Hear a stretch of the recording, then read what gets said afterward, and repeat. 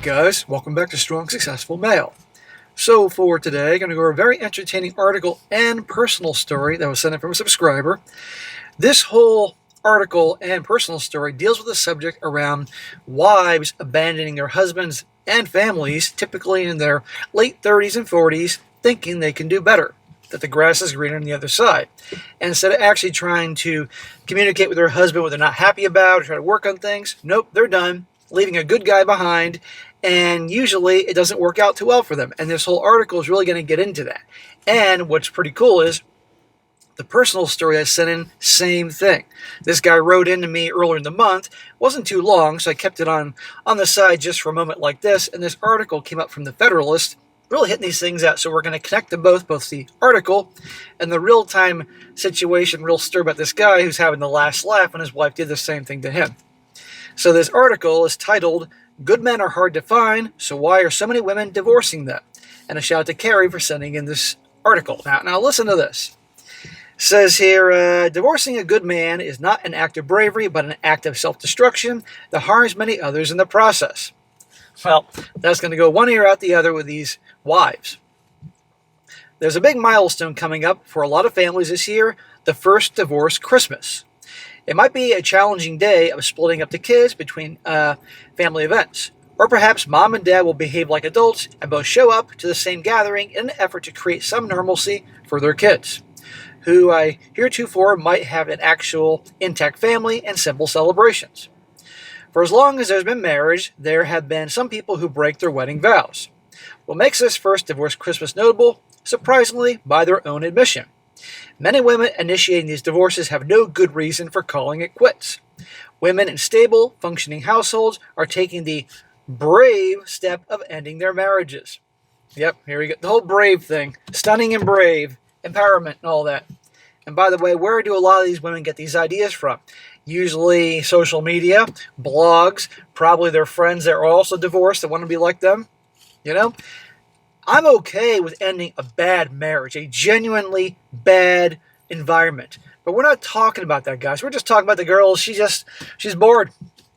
You know, she wants excitement, or she wants to monkey branch thinking she can do better. But here's the funny thing. A lot of these wives are in their 40s, okay? Their physical prime has gone bye-bye a long time ago, okay? And if they're in good shape, yeah, they can find guys that want to sleep with them, or guys that would want to get in a relationship but are much older. But guys in their age range that they want, those guys are going to get younger women. It is what it is, but yet they keep thinking this. I personally think they're all convincing each other these things just to self-destruct everybody else. Our culture has already endured the craze of women divorcing their so-called narcissistic husbands. As many people have already noted, if people with narcissistic personality disorder make up only 1 to 2% of the population, how is it possible that so many women around the age of 40 woke up one day to discover that they've been suffering under the tyranny of a narcissistic abuser? There you go. 1 to 2%. That's what's estimated. And yet, how many stories have you heard that? Oh, he's a narcissist. He's being narcissistic. Blah, blah, blah. I've done a few gals that have said that. I just laugh. It was a bit suspicious, but there were often theatrical amounts of gaslighting and sometimes stated desire to protect the kids.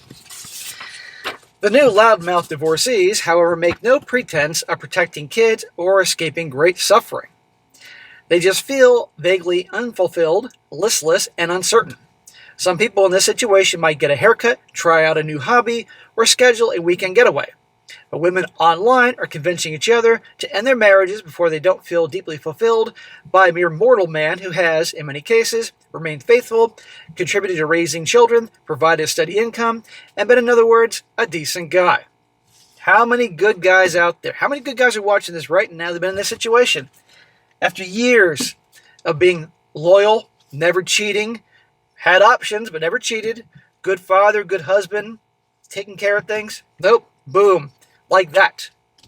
Just like that. What's the evidence that this is a good social contagion? That this is a social contagion? The uncanny similarities between these so-called brave announcements. Online, you can find dozens of videos of women sitting in their cars proclaiming that the man whose life they are rending is a good man. Usually, this will say he is a great dad. Often the women, some of whom do not currently have paid employment, have the gall to note that he's a good provider. Our culture is taking no-fault divorce to new heights. He's done nothing wrong. Right? Even they will admit sometimes that he's been a good father and good provider and everything, but they're just bored. He doesn't listen. Blah, blah, blah. Women reassure each other that the guilt they feel for divorcing a good man is undeserved because they aren't doing anything wrong. But aren't they? Guilt is sometimes a helpful signal that we are failing to meet the standards of civil and moral behavior. When a wife and mother chooses to divorce a good husband and father, she destroys her integrity by breaking the vows she made. It's an interesting moment when you consider that marriage vows are a series of solemn promises not to divorce someone. After publicly proclaiming said vows and then tossing them out in a fit of middle-aged angst, your word no longer means anything. Exactly. Again, why so many guys are not getting married anymore. They realize statistically, half the marriage is going to end in divorce. More than half. And if they do stay together, miserable because the wives don't want to talk about it. They want the guys to figure it out. They want men to be mind readers. That's going to come up in the next story. Their decision to divorce without cause also robs her children of their inheritance by unnecessarily severing a household and inflicting great financial hardship. If you thought running a household in this economy was tough, try two households. Right. And let's talk about just hurting the kids by breaking up with your husband. Again, and I'm going to say this, I'm going to double down on this. There are some truly bad marriages, bad relationships, bad people. And there are scumbag guys out there. Let's not kid ourselves, guys. There are men out there that are scumbags. Plenty of women scumbags, but there are also male scumbags. And I got no problem ending that marriage.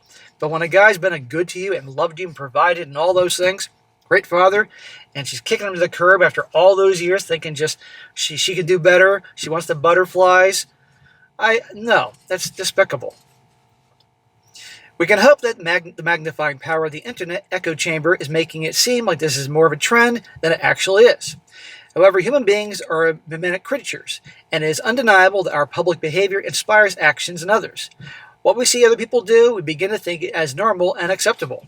Well, that's because human beings are sheep, or the vast majority of human beings are sheep. And my experience has been that percentage-wise, more women fall into the category as behaving like sheep than men do. It was not mere petty meanness that in many cultures, divorcing on a whim used to be stigmatized. Society rightly villainized selfish and frivolous women who inflicted suffering without cause. Some men have also betrayed their vows and destroyed their marriages. They were also generally villainized. Well, that's fair.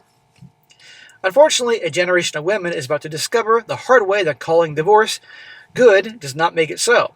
Just because an infernal chorus of other women sitting alone in their cars affirm that you are brave for breaking taboos does not mean the result will change. Removing the social stigma does not erase the suffering. Sadly, for many women, this will be the first fractured Christmas of many to come. Holidays that could have grown to include the shared celebration of memories and grandchildren, a family legacy carried out through the generations, will now be separated, often isolated, and sometimes terribly lonely, all in the name of finding your own happiness. Yeah, but statistically, you do the research, the biggest group out there of unhappy people are divorced, middle-aged suburban moms. And they're usually the ones that are taking a lot of the antidepressants and all that. And I said not married, divorced. The silver truth in these videos and why they succeed in convincing other women to divorce their perfectly good husbands is that many women are unhappy. What I just tell you. Why is it hard to say, but the possible solutions are many, some ideas. First, connect with people in person. All people are social by nature, especially many women. Forming close and regular connections with family and friends is deeply fulfilling. Happy people don't usually spend time talking to strangers on the internet, so the deck is stacked in favor of the unhappy ones when it comes to online influencing. Get back to living in in-person interactions, whether through church, your local library, the playground, social clubs, hobby groups, or a favorite coffee shop. Second, take the more difficult path. If you find yourself at 40 years old in a mediocre marriage, ask the uncomfortable question, what can I do to make it better? There you go, that's common sense. But usually they ask that and the girls say divorce, divorce. Now some people here may say, SSM, you're always telling guys to get divorced. Well, I'm telling them to do that when it's a very bad situation. All sorts of things contribute to that. In this situation, it's just simply, I'm bored. I'm not happy. Or what can I do to make it better? Personal responsibility and accountability, while uncomfortable, yield the best and most reliable results. Responsibility and accountability, huh? Yeah, good luck with that. My personal favorite is The Empowered Wife, but you find many of these same skills and principles in any sound personal improvement advice. Third, Scorn the Casually Divorced. There's no need to be rude or antagonistic, but we can all stop pretending divorce is a harmless whim. Don't attend your friend's divorce party. Don't encourage online stupidity. Divorcing without cause is selfish and destructive. People used to feel ashamed of doing such a thing because it was rightly considered shameful. Ridding our culture of unnecessary and harmful shame is desirable. Let's not throw the baby out with the bathwater, though. A divorce craze is taking the online world by storm. Don't endorse the Scrooge-like selfishness of unhappy, self-centered women. Divorcing a good man is not the art or an act of bravery, but an act of self-destruction that harms many others in the process. Amen. Couldn't have said it better than myself. And again, guys, I do advocate divorce. Certainly when the wife is treating a man like absolute shit. She's cheating on him, betraying the marriage, betraying the vows. But we're talking about the wives ending with guys have been completely faithful all those years, have been good to her, provided, listened, and yet no matter what, she ain't happy. But the joke is you can never make them happy. Now, that's the article. Now is the email that was sent in from the subscriber. He sent this in the beginning of December, but it wasn't very long because I typically try to stick to longer stories and emails here. That's perfect to connect to this about a situation. And this is going to be almost exactly like what you just heard here. Except guess what you're going to see? It doesn't work out well for her. So he says here, hi SSM. I want to give a big thank you to you for what you've been doing on YouTube all these years. I also want to give a shout out to the community. This is a really great group of guys whose comments I really enjoy reading on all your stories. Well, bro, thank you for following me. And yes, this is an awesome community here. It's so cool you guys watch all the time. I appreciate it. And the comments you guys have are pretty darn funny sometimes. But you're very helpful when you comment to help these guys out. This isn't very long, but I wanted to let you know that your channel has really helped me get through a tough couple of years after my wife suddenly decided that she didn't want to be married to me anymore. Right there. We were both late 40s when it happened. See? We got married in our early 20s, had 3 children that were back to back, and I thought we had a good marriage. How many guys say that? And then boom. I'm not happy. My wife, who for fun we will call Jessica, was very good looking in her youth. Probably what most guys would consider an 8 or a 9. She has continued to take care of herself and does look very good for her mid-40s. So mid-40s is when you actually split up. Okay. Unfortunately, her looks have always given her somewhat of an ego, especially in the last few years. That's why I say don't marry the 9s and 10s and be very careful and selective with the 8s. The 8s are going to give you a handful, but it's not like the 9s and 10s. And I'm not surprised she's got the ego. Now, if she looks good for her mid-40s when they split up, basically compared to other ones out there, that says a lot. I mean, half the population is overweight or obese. So good for her for taking care of herself. But I get the impression she didn't take care of herself for her husband. She took care of herself so she could get attention from other guys.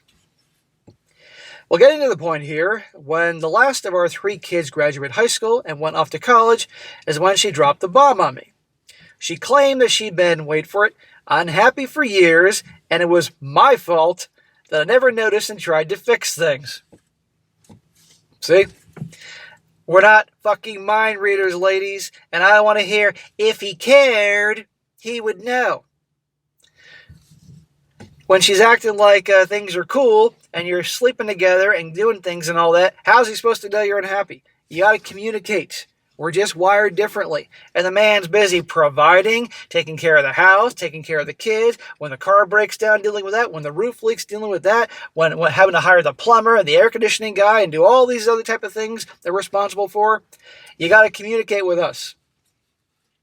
We're not done.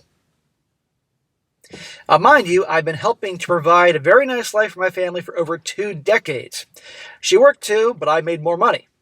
I never cheated on her and I always stood by her side. When I asked, why didn't you come to me about this, she brushed it aside and said that if I cared, I would have known. In other words, it's all his fault. It was your typical, the man has to read minds bullshit. In a nutshell, she was heartless towards me. Sorry it happened, man, but then again, given how the story ends, I'm actually, in a way, glad it happened. That pissed me off to no end. Imagine giving 2 decades, and this is all of a sudden, that's it, this is what you get? At that point, although it hurt me, I was more angry. Well, good, that can help you get through this shit. How, after knowing each other for like 25 years, could she just throw me away, our marriage, and our family like that? Well, remember how I said that she has somewhat of an ego? Well, she wasn't the only one. She has some friends that she went to yoga with who are admittedly good looking for their age, some divorced, some married, who have a similar attitude. This is why I tell you, pay attention to who your wife hangs out with, who her friends are. They're going to influence her. So she's with a bunch of girls that, you know, they look good, they take care of themselves, and that's good, but have an attitude, want to do girls' weekends, girls' nights, and just think they're hot shit, especially if some are now divorced, they'll try to bring the other ones down. I had a feeling that this group of witches definitely had something to do with this. But in that moment, I was done with her. I just felt bad for the kids because our youngest was 18, and this would hurt her the most. A lot of people get divorced right after the last kid leaves the nest. Well, after telling the kids, and that was miserable, I moved to our other house. I bought this small house 8 years ago to Airbnb during the ski season. We live in the north. It wasn't too far away from my job, and since it was the summer, it was vacant. Boy, I'm glad I bought this years ago. Well, thank God for that. At least you have a place to go, you know. But then again, it's like, why can't she leave the big house that obviously you raised the kids and all that? Well, the divorce went just as you can expect in today's world. She kept the main house that we became a family in, of course. I kept the Airbnb house, which fortunately was paid off. Since she got the bigger house, also paid off, that was worth twice as much as the Airbnb. She didn't get any alimony from me, and we split everything down the middle. Well, okay, at least you have to pay her alimony and send her a check every month. My dad sent a check to his ex-wife forever. I mean, holy crap, it was amazing. Every month. Fucking bitch. Sending it off. Yeah. This pissed me off to no end, and because of how much I work, I did also put a lot of work into the house, my own labor, but whatever. At least the kids were legal adults now. I didn't have to send her alimony, and I didn't have to send her an alimony check every month. Yeah, and child support. Well, after the divorce was final, I decided to use my anger as fuel to push me to start over. There you go. I don't want guys walking around pissed off all the time, but if that anger can help you get through the hard times, so be it. While I was always healthy, I began making working out a priority. Not so I can find a new wife, fuck that, but because I want to feel good and outlive the witch. If that's your motivation to get to the gym at 7 a.m. every multiple times a week, or whatever you go, to outlive her and look better than her, go for it. But mainly do it for you. I also had more time to do what I wanted to do, hang out with friends, travel more often, etc., etc. It wasn't too long that I started to really enjoy the bachelor life. Yes, indeed, it is nice. I did miss my kids, and we saw each other when they were home, but obviously things were different. They loved their mom, but they knew she led the charge in this, and fortunately did not buy into the whole blaming me narrative. My daughter especially was closer to me after this. I'm glad that your kids aren't buying into that crap. I don't know how, I'm guessing they're all, with the exception of your youngest, at least back then, early 20s. Well, 6 months after the divorce was finalized, I was in better shape than I had been in quite a while. I was definitely starting to get noticed by not only women, but good-looking women that were younger than me. Hey, that's always nice. At 47 years old at this point, that's definitely a confidence boost. I figured one of these days I might start taking advantage of being a bachelor again. However, no rush here. Also, at this time, I found your channel, and the stories you covered not only helped me move on, but reinforced why I will never get married again. I won't rule out a girlfriend one day, but marriage, forget it. Yeah, man, there's no point. I mean, at the end of the day, people really do it to start a family. You got 3 kids. There's no point in getting married ever again. I mean, if you're a relationship guy, want a girlfriend down the road, okay, but you make it abundantly clear. And but be careful, man, because if you get yourself a younger girlfriend one day, I don't know, late 20s, 30s, and she's never had kids, you better believe she's going to be wanting to get married one day and have kids. Don't buy any bullshit when she says that she doesn't want to. Trust me, she does. She's just hoping she can change your mind. And for God's sakes, at this point, if you haven't done already, if you're going to be dating again and hooking up, obviously, whenever that comes, for God's sakes, get a vasectomy. You do not need... No. So, what has happened with my wife or ex-wife? Hey, that's what we're wondering. From what I heard from mutual friends, she was doing a lot of girls' weekends, and she was also on the dating apps. That was a big surprise. I have no idea if she was cheating on me at the end of our marriage or during the marriage, but at this point, I truly do not care. I know my kids are mine because they all look like me, and even if they weren't my kids, they would still be my kids. Well, great, man, if you're happy either way, but if they all look like you, the odds are, they're yours. I certainly hope so. And the fact that you said that you really don't care whether she's cheating on you or not shows that you have gotten to the point in a few years you've become indifferent. That's the best place to be. Well, a few months ago, around 2 years after the divorce, I started hearing from some mutual friends that my ex wasn't doing too well. Oh, imagine that. Apparently, she was alone and not her usual self. My kids never really said much about their mom, but their mutual friends who remained mutual friends filled me in. She'd been doing a lot of trips with the girls and been dating, but it hadn't gotten anywhere. I thought it was going to be so amazing and easy for her. Or shall I say, she thought it was going to be so amazing and easy. Just getting guys left and right and having lots of options. Wrong. Apparently, dating was not what it was cracked up to be. She wasn't getting together with friends as much, wasn't as happy when she did, and she even started, wait for it, putting on weight. Isn't that interesting? I guess she's starting to see that she isn't the desirable catch that she thought she once was. I know depression does run in her family, and this could be it, but it's not my problem anymore.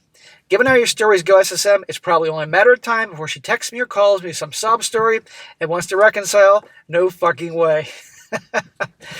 Yes. You know what? I mean, okay, today is December 24th, Christmas Eve. Happy or Merry early Christmas, guys. And he heard this to me a few weeks ago. I wouldn't be surprised if she's reaching out now. You never know. Or if not next year. It's only a matter of time. So there you go. This wasn't long, but I wanted to do my part and share with the guys that even though your marriage is over, life is not over. I struggled the first year more than I detailed, but I saw the big picture, kept close to the people that cared about me, and used my anger as some fuel. I'm now doing great, have a great relationship with my kids, and look forward to seeing what my new life has in store for me. However, as I said before, I will never get married again. Merry Christmas. Well, Merry Christmas, brother, and Merry Christmas to all you guys out there. I plan on doing a video tomorrow, but I may change my mind I got family visiting. Maybe I may change my mind. But if I don't do a video tomorrow, then Merry Christmas to you guys. But anyhow, guys, there you go. This literally connects to that frickin' article I just read. How many will end it with their husbands thinking they can do better? There's such a catch. Yeah, if a woman, again, is in her 40s or 30s or 50s even and takes care of herself, there will be guys that want to sleep with her. Guys their age or guys that are younger, like the cougars and all that, the MILFs. But in terms of a fulfilling, meaningful relationship with the guys that they feel entitled to, that are better than those loser husbands, good luck there. I mean, shit, they could probably get a guy, if a woman's in her mid-40s, she could probably get a guy in his late 50s or 60s that may want to have a relationship. But she probably wouldn't want a guy that old, And ultimately realizing that this is not what it's cracked up to be. Meanwhile, they dump the guy, and a lot of guys like this move on, start over, get their lives together. And guess what? They got options. And I'm telling you, the day will come when this guy, he's in his late 40s now, will probably start dating again. And wouldn't it be funny? He starts dating some beautiful younger woman. And meanwhile, his wife's alone. And it is going to make her crazy because people are going to talk. Guaranteed it's going to get around. So, bro, I'm glad you're doing well. I'm glad the channel's been a help to you. Have a great time with your family, your new life and all that. And you earned this. I'm sorry what happened, but you know what? You're going to be all right. All right, guys, that's it for today. Be sure to comment down below. Let me know what you think about this. Be sure to like the video, share with your friends, and subscribe. I'll catch you next time.